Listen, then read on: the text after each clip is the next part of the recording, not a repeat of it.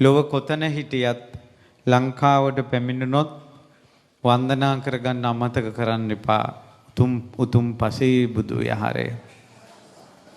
මේ ලක්දෙරණේත් ලෝකේත් මේ මාලබේ පිට්ටුගල බුදු පසේ බුදු අරහන්තක විහාරය තුන් ලෝකෙටම පෙනෙන තැනක් බවට පත් වුණා.